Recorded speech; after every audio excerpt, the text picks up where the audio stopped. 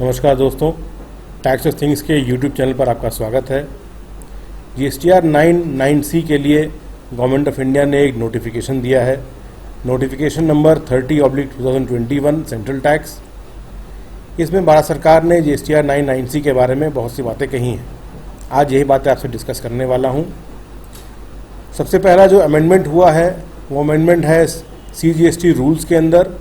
Rule number 80 को, जो कि एनुअल रिटर्न के लिए है, उसको अब सब्स्टिट्यूट कर दिया गया है, नया रूल डाल दिया गया है। और नया रूल मैं आपको एक्सप्लेन करता हूँ।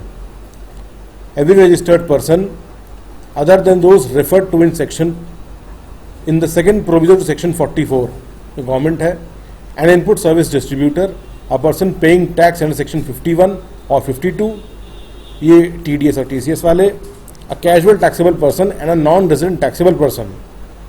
अब बात है अदर देन दोज, मैंने अभी जो बताया, इनके अलावा shall furnish an annual return for every financial year। shall furnish an annual return। अब एनुअल रिटर्न की बात कर दी कि ये एनुअल रिटर्न हर फाइनेंशियल ईयर के देंगे, जो कि सेक्शन 44 के अंदर स्पेसिफाइड है। फॉर्म का नंबर है GSTR 9 on before the 31st day of December following the end of such financial year.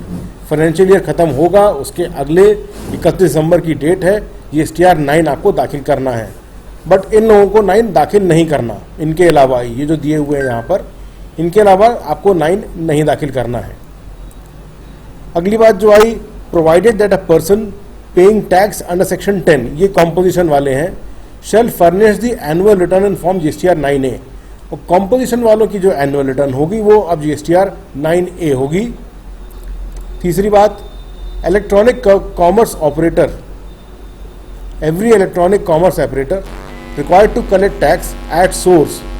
जो इलेक्ट्रॉनिक कॉमर्स वाले हैं जिनको TCS कलेक्ट करना होता है, वो अपनी एनुअल रिटर्न देंगे GSTR 9B के अंदर।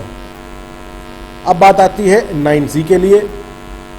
तो पॉइंट नंबर 3 कहता है, every registered person other than those referred to in the second provision to section 44, an input service distributor, a person paying tax under section 51 52, a casual taxable person and a non resident taxable person.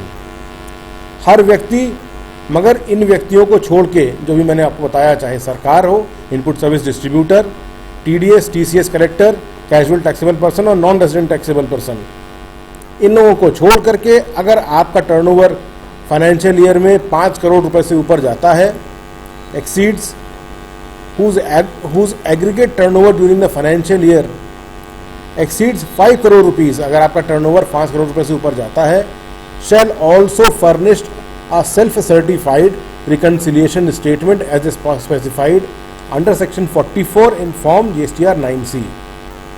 तो आपको self certification के द्वारा reconciliation statement GSTR 9C भी submit कर देना है अपनी annual return के साथ, along with the annual return. कब देना है? 31 दिसंबर से पहले या 31 दिसंबर तक। तो ये बात GSTR 9 और 9C के लिए निकल करके आ रही है। इसके बाद इन्होंने इसके अंदर GSTR 9 और 9C के अंदर जो अमेंडमेंट किए वो सारी बातें हैं, इसको हम डिटेल में स्टडी करके आपको दोबारा बताएंगे कि 9(9)C में क्या क्या चेंजेस हुए। एक नोटिफिकेशन और दिया है, नोटिफिकेशन नंबर 31/2021 सेंट्रल टैक्स।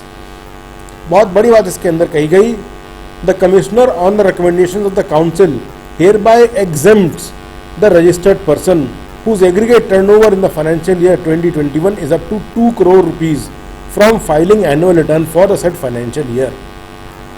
अब यहाँ पर ऐसे व्यापारी जिनका टर्नओवर 2 करोड़ रुपए तक है, उनको एग्जेम्प्ट कर दिया गया है एनुअल रिटर्न डालने के लिए।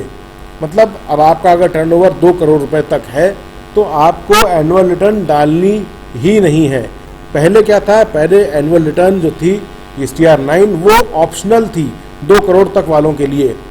अब ऑप्शन का हटा दिया गया है और अब आपको एग्जेम्प्ट कर दिया गया है, मतलब अब आपको डालनी ही नहीं है। तो दोस्तों, ये छोटा सा डिस्कशन था जो मुझे आपसे शेयर करना था।